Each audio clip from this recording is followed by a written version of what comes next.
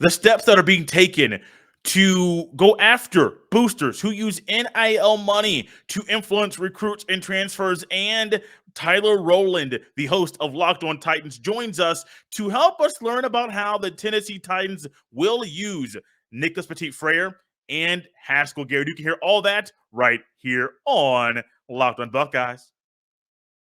You are Locked On Buckeyes, your daily podcast on the Ohio State Buckeyes. Part of the Locked On Podcast Network, your team every day.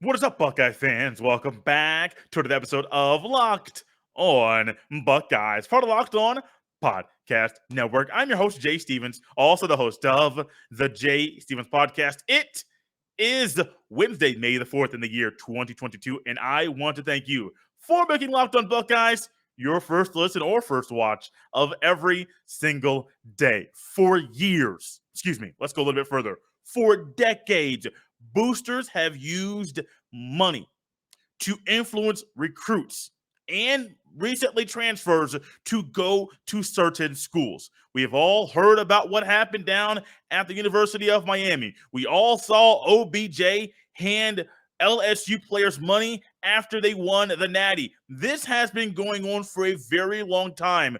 Boosters have deep pockets, and they know how to influence 18, 19, 20-year-old young men to go to certain schools, because we all know money talks. Well, a recent report via Ross Dellinger, who covers college football for Sports Illustrated, talks about how there are certain people in college athletics who are ready to go after boosters who use NIL money to influence high school recruits and college transfers. These people, college leaders, specifically, primarily, a lot of them are university administrators. There's a task force that has been put together, and they are tasked and ready to go after boosters and to hand down sanctions for illegally using NIL money to influence people in the decisions that they are making. Booster-led collectives is the word and the phrase that was in the article, because a lot of boosters, they use money for legit NIL stuff. Now, granted, not legit, this is all legit things, but they're using things after someone is at school for the school they are at, not while somebody is not like Nigel Pack in the transfer portal, or a Jordan Addison who, before he was even in the portal, was rumored to go to USC, have a lot of money on the table via NIL money, NIL deals.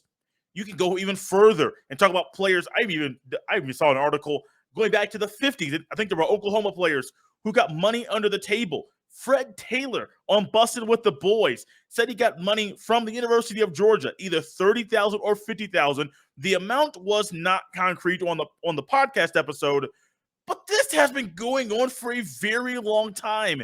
And I think what we're seeing now is that this task force is not just trying to go after people that are using this money in this way, but they're also trying to provide more guidance to member schools on NIL disguised or pay-for-play type of contracts that are being put together.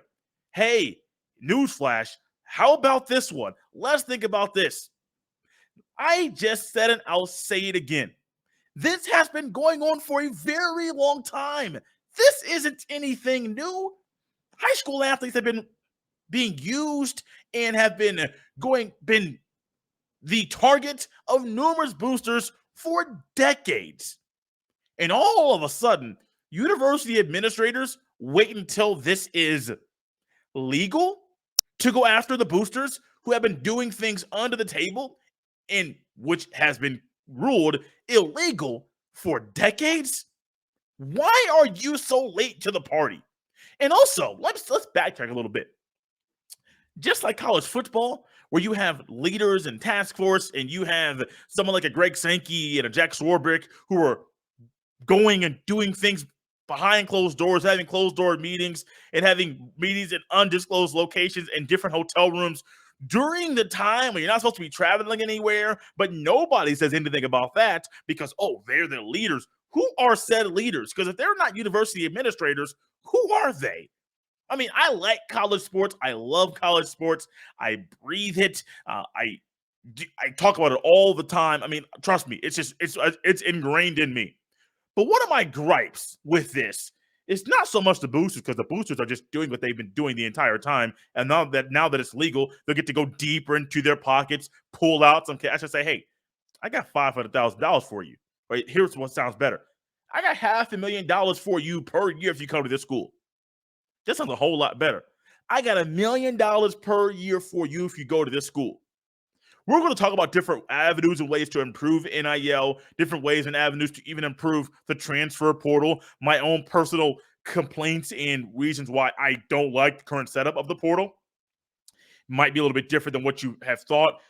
But trust me, there are things that are going on now that the people that put these rules in place didn't even think this was going to happen. And I'm sitting here scratching my head like, if a booster is a millionaire or a billionaire, and they can do this legally right now, and they want to, why shouldn't they?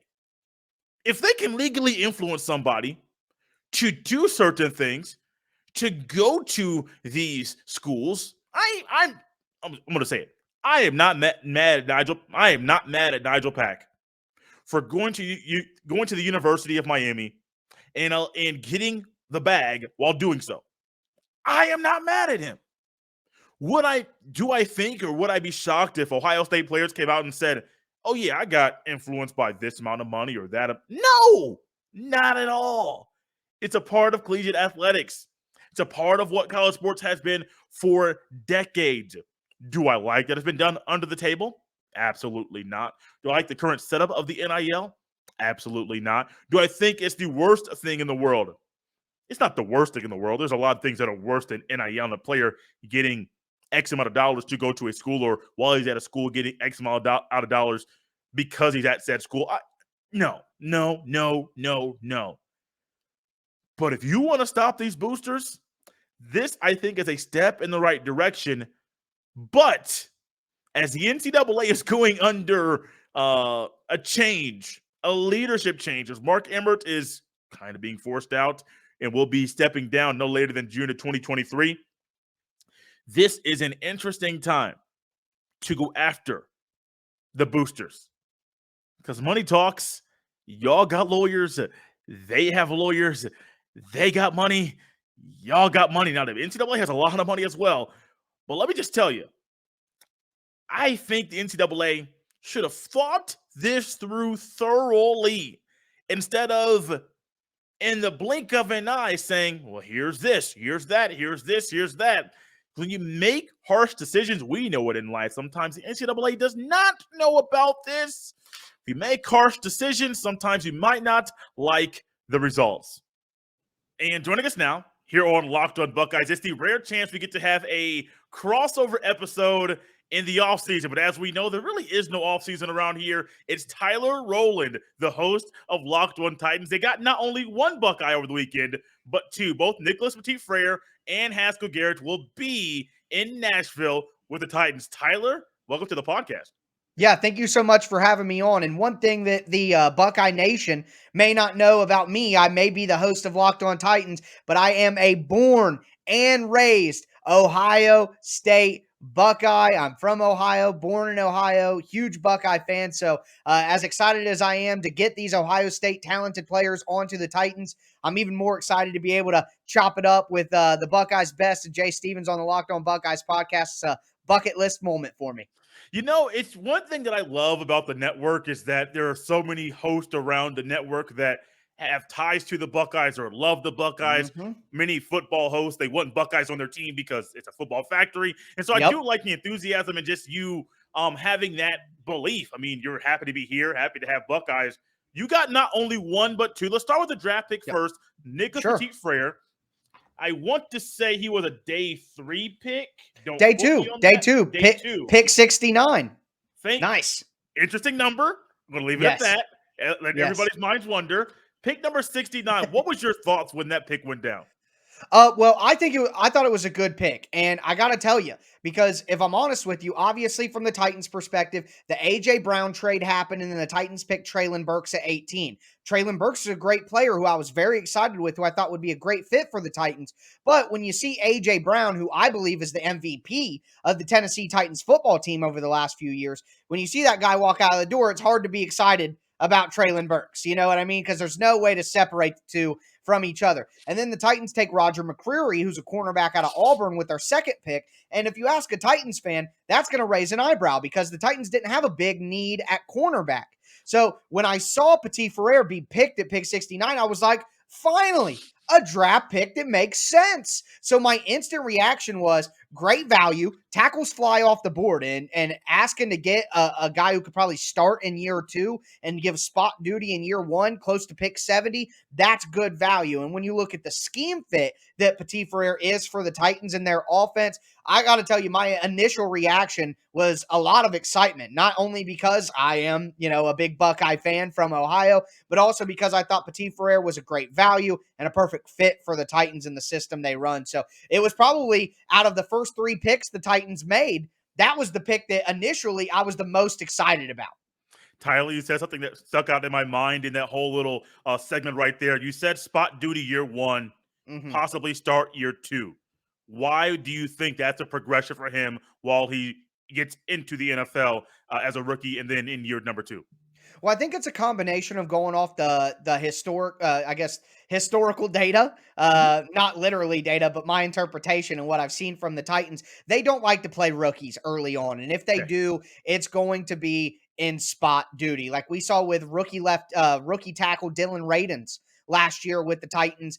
He barely played all year long, basically didn't play at all, and then all of a sudden, some injuries and some COVID outages happen, and now he's starting at left tackle against Nick Bosa, who Buckeyes fans will know well on Thursday Night Football in his first career start. So I think that Petit-Frere was brought in because he can provide depth and versatility across the offensive line in the event that the Titans do need him to step in and play. Titans had 91 different players on the roster last year, an NFL record. So they know that you need depth, as much depth as you possibly can. But on the other side of it, the Titans, like I said, don't play rookies very often.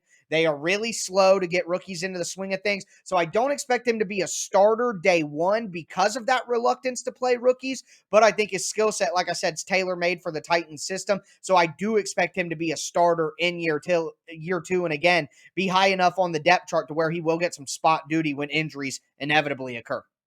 One of my favorite qualities about this young man is that he is someone that played both right tackle as a starter and left tackle as a starter. Not sure which side that he'll play on in Tennessee. I don't really know their depth chart and roster very well. But how do you view his versatility being a rookie, knowing that he can play one side or the other? And which side do you think that he will play in Nashville? That's a very curious thing to ask because there is no good answer. I can't sit here and say for certain Come on, what the they'll do with people him. want some Well, hold on. concrete information. I'll give you this, and this is concrete for the Tennessee Yeah. Titans. Yeah. He's a tackle.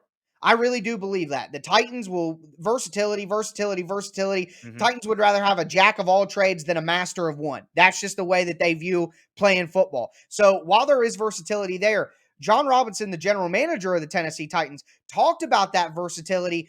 And when he mentioned it, he said he's played left tackle and right tackle. Now, they asked about him kicking inside the guard, and they said, yeah, we think he'd have the ability to do that. But when they brought up his versatility, they mentioned what you just mentioned, the fact that he could play left and right. And right now, the Titans have an opening at the right tackle spot. They did not re-sign their starter from last year, David Quessenberry, because he was the worst starting right tackle in the NFL.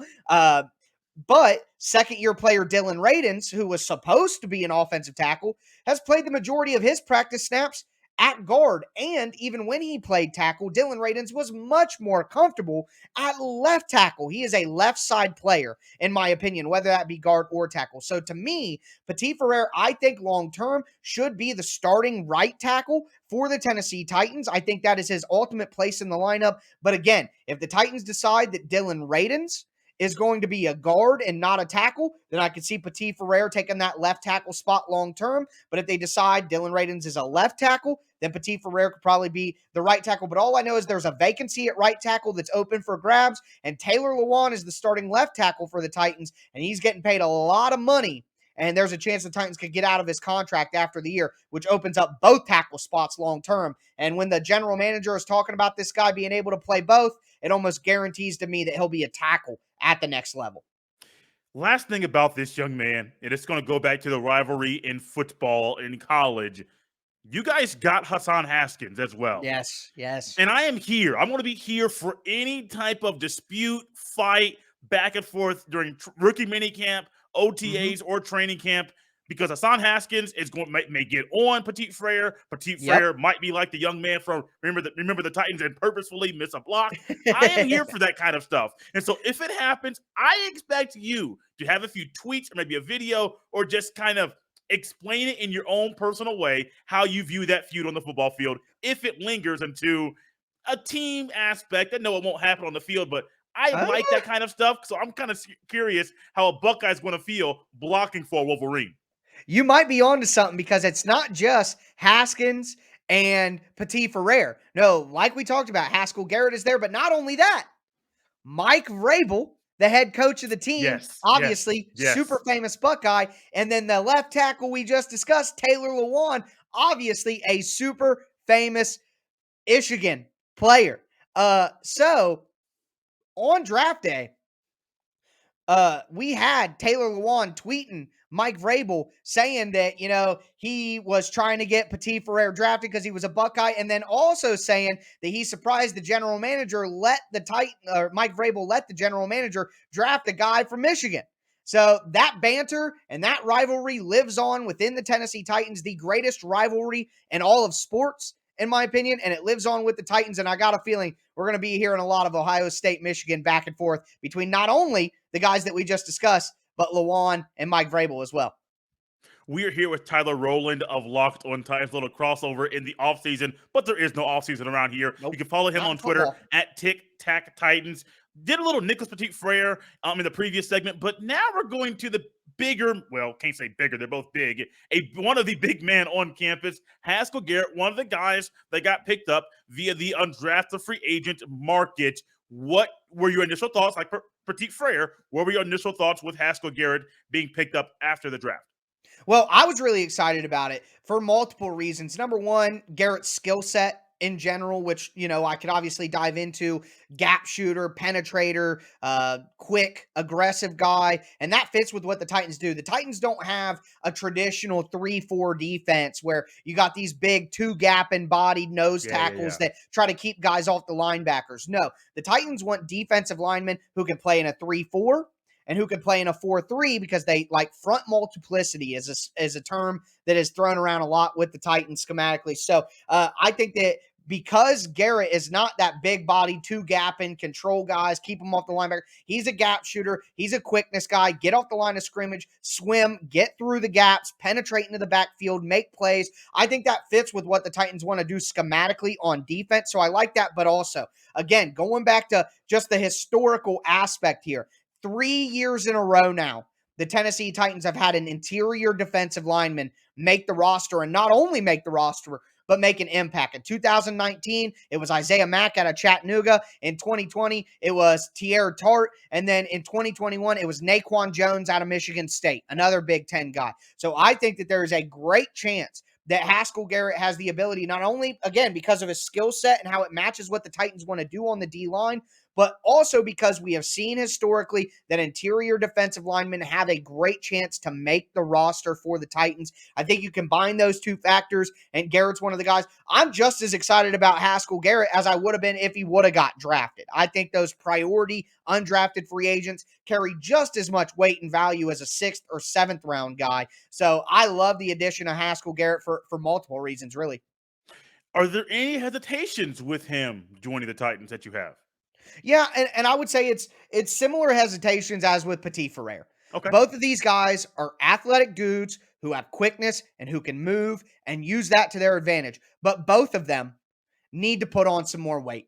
They have to put on some more strength. And when you don't have to worry about going to class, and you don't have to worry about study hour, and you don't have to worry about dorm food, and you have an NFL contract with NFL money and NFL facilities and NFL weightlifting programs and all that. And I know Ohio State is practically an NFL level weightlifting program. I understand that. But the time and the dedication factor when you go from a boy in college to a man in the pros is just different. So if Garrett and Petit-Frere can add more mass and add more strength to their game, I think that it gives them a much better chance to contribute much earlier on. But the skill set that they have right now with the athleticism and the quickness should be enough to get their foot in the door, but they're going to need the hard work and dedication required to not only change their habits, change their eating habits, as adults, people listening, you changed from your early 20s to your late 20s, to your mid 20s. Massive changes in who you are as a person, your priorities. As that natural maturation happens and they put football even more forward than it was before, add that weight, add that mass, change their bodies a little bit over the course of year 1 to year 2, which is something Mike Vrabel and John Robinson are heavy on when it comes to talking about rookies. Caleb Farley, the rookie last year cornerback out of Virginia Tech, all that Mike Vrabel has talked about throughout the offseason, how he's remade his upper body, added a bunch of weight, added a bunch of strength. If these guys from Ohio State, Petit-Frere and Haskell Garrett can do that, then I think there's a great chance that they can carve out a role and impact the season in 2022, not just 2023. Is Haskell Garrett a rotational piece at D tackle this year? Yeah, I think he could be if he's able to, because the reality is he is competing against other undrafted free agents from other years. Teair Tart is a guy that was an undrafted free. It's not like he's competing with guys who have big time contracts and had investments of high draft picks. He's competing against guys who were undrafted free agents just like him. So there's no reason at all that if he's able to make the roster. And here's the thing about the Titans: they rotate like crazy. They rotate a ton on defense. Mike Vrabel, as a former player, understands the impact of stamina and fatigue and the physical toll that's taken on your body playing in the trenches at the NFL level nonstop. I mean, the reality there is you need to have a strong rotation of defensive linemen. The Titans used Kevin Strong last year, and like I said, Teair Tart, Naquan Jones, a bunch of different off the street free agents and undrafted free agents from previous years as their one technique, sometimes three technique, sometimes a 4-man defensive end in their multiple fronts. So there's no reason whatsoever that if Haskell Garrett does all the right things, that he could, if he makes it on the roster, he's going to be in the defensive line rotation. The Titans don't keep guys on the roster who they don't want to use. And Larrell Murchison is the only guy on the interior defensive line for the Titans that a draft pick was used on, a 5th rounder in 2019 or 2020. He has not performed. So I think going into his 3rd year here, the Titans could cut Larrell Murchison during training camp if a guy like Haskell Garrett proves that he can be more valuable. There is plenty of opportunity to not only make the roster, but to truly be a part of the rotation, even a limited part in 2022 for Garrett. Tyler, we're going to close it out with this. And I know I talked a little bit about the rivalry previously, but that was a Buckeye blocking for Wolverine. So it's a little bit different at that point. But when you have a guy at D tackle, and let's just say they have an off tackle run for Hassan Haskins in training camp, pads are on, full pads, and Haskell Garrett shoots it, sees it quickly, plow, runs him right over. That's what I'm here for. I love to see it, getting a little payback for what happened this past year in Ann Arbor. I would love that, and I surely hope, I do believe Mike Vrabel, if those two guys get into it after that pounding, he lets them go. Says, hey, this is football. This is not, we're not in preschool. We're not in Sunday school. No, this is football. You hit them hard, you fight it out, duke it out, and then you go back and play the next play.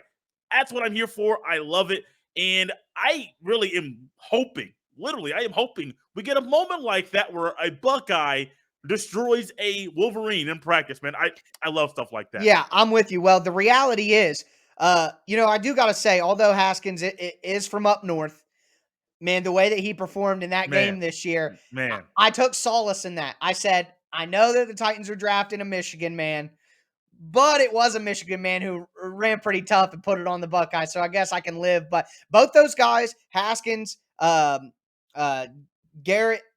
they're going to be fighting for their NFL lives. Yeah. So Yeah. the physicality is going to be ratcheted up, and I guarantee that we get some report of some Big Ten violence, and I will be certain to relay that to you and Buckeye Nation.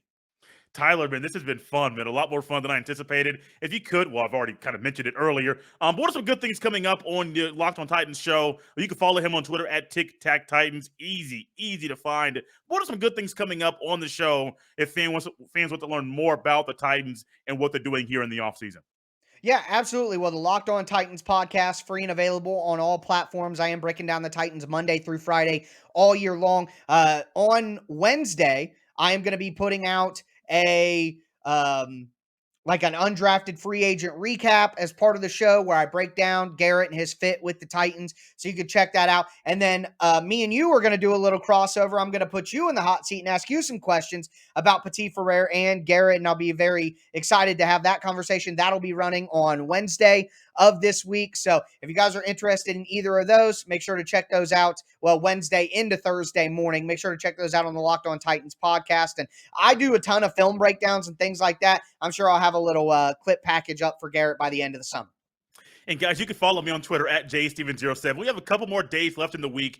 There's some NIL stuff that's going on, was behind the scenes. Now it's getting put on Front Street. We're going to try and tackle that in different avenues this week because not only is it going to affect people outside of the Big Ten, with Ohio State being the school that it is and the program that it is, there are going to be people that are going to be looking at Ohio State and asking, what have they done or what are they doing behind the scenes to help their team get better? But we'll tackle it from different angles, some positive, some negative. You know how we do things on Locked On Buckeyes. Make sure you stay tuned and let's finish out the week's